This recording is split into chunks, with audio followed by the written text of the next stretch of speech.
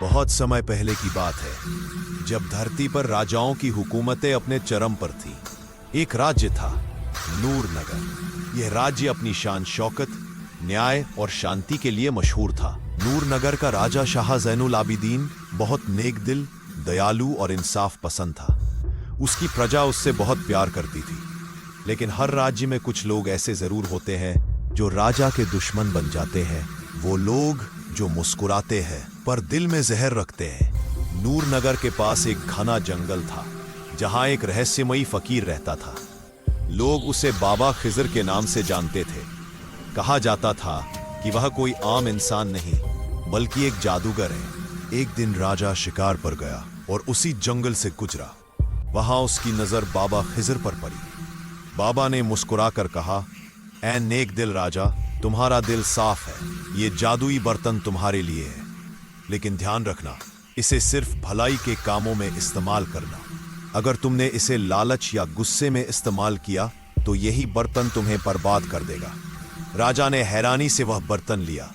वह देखने में साधारण कांसे का कटोरा था, लेकिन जब उस पर रोशनी पड़ती तो उसमें नीला धुआं लहराने लगता था।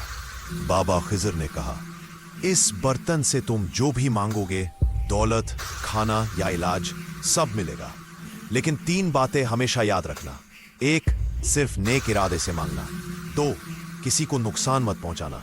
3, इस बर्तन का राज किसी को मत बताना। राजा ने वादा किया और बाबा का शुक्रिया अदा करके महल लौट आया। राजा ने उस बर्तन की ताकत गरीबों की मदद के लिए इस्तेमाल की। जब भी किसी के घर भूख होती, राजा चुपचाप बर्तन में दुआ करता और खाना अपने आप निकल आता। धीरे धीरे नूर नगर बहुत खुशहाल हो गया। लोग हैरान थे कि राजा का खजाना कभी खत्म क्यों नहीं होता। लेकिन महल में 3 मंत्री थे, आदिल, नासिर और खावर। तीनों लालची, स्वार्थी और सत्ता के भूखे थे। एक रात खावर ने कहा, यह मुमकिन नहीं कि राजा का खजाना कभी कम न हो। जरूर कोई राज है। अगर हमने वो पा लिया तो ताज हमारा होगा। उन्होंने एक जासूस भेजा जो रात में राजा के कमरे की खिड़की के पास छिप गया। उसने देखा, राजा ने दीपक बुझाया, बर्तन सामने रखा और कहा, हे खुदा, आज भी इस बर्तन में गरीबों के लिए रोटी भर दे। अचानक बर्तन से रोशनी निकली और उसमें सोना चमकने लगा। जासूस डर गया और भागकर मंत्रियों को सब बता दिया। अगली रात तीनों मंत्री चुपके से राजा के कमरे में घुसे। चांद की रोशनी में बर्तन चमक रहा था।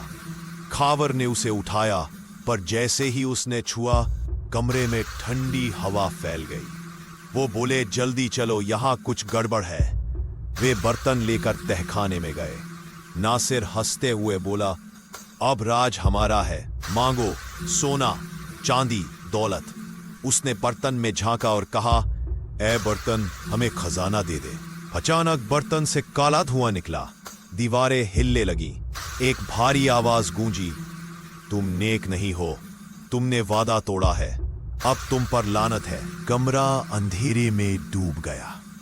चीखें गूंजने लगी। जब सिपाही वहां पहुंचे तो बस तीनों के कपड़े पड़े थे। उनके शरीर राख बन चुके थे। सुबह राजा को खबर मिली। वो बहुत दुखी हुआ, पर समझ नहीं पाया कि ये सब कैसे हुआ। तभी बर्तन अपने आप उसके पैरों के पास आ गिरा। उस पर एक नया वाक्य लिखा था, ऐ राजा, तुमने मेरा राज छिपाया, लेकिन तुम्हारे लोगों ने वादा तोड़ा। अब तुम्हारा इम्तिहान होगा। उस रात से महल में अजीब घटनाएं होने लगी। दीपक अपने आप बुझ जाते, शीशों में धुआं भर जाता और बर्तन खुद ब खुद हिलने लगता। राजा ने बाबा खिजर को खोजा, पर वह कहीं नहीं मिला। एक रात बाबा उसके सपने में आए और बोले, शाह ज़ैन, तुम नेक हो, लेकिन अब बर्तन जाग चुका है। जब कोई ताकत गलत हाथों में जाती है तो वो खुद भी भटक जाती है। इसे खत्म करो, वरना ये तुम्हें भी निगल जाएगा। राजा ने फैसला किया कि अब वह बर्तन को हमेशा के लिए खत्म करेगा। वह उसे लेकर उसी जंगल में पहुंचा जहां से पाया था। रात गहरी थी, हवा सर्द और पेड़ कांप रहे थे। तभी बर्तन से आवाज आई, मुझे मत छोड़ो राजा, मैं तुम्हारी सल्तनत को हमेशा कायम रखूंगा। राजा ने दृढ़ आवाज में कहा, नहीं, तूने मेरे मंत्रियों को बर्बाद किया, अब मैं तुझे आजाद कर रहा हूं। उसने बर्तन को जमीन में दबाया और अपनी तलवार उस पर गाड़ दी। धरती कांपने लगी, बिजली चमकी और जंगल आग में जल उठा। जब धुआं छूटा, बर्तन गायब था, बस काली मिट्टी का निशान बह गया। सालों बाद भी लोग उस जगह को हरामवादी कहते थे। कोई वहां रात को जाने की हिम्मत नहीं करता। कहते हैं अगर कोई गलती से वहां से गुजरे तो बर्तन की सरगोशी सुनाई देती है। भलाई के लिए मांगो, वरना अंजाम वही होगा जो उनका हुआ। राजा शाह ज़ैनुल आबिदीन ने अपनी बाकी जिंदगी इंसाफ और इबादत में गुजारी। नूरनगर आज भी खुशहाल है, लेकिन उसके खजाने के नीचे एक राज दफन है। वही जादुई बर्तन जो आज भी अपनी अगली परीक्षा का इंतजार कर रहा है।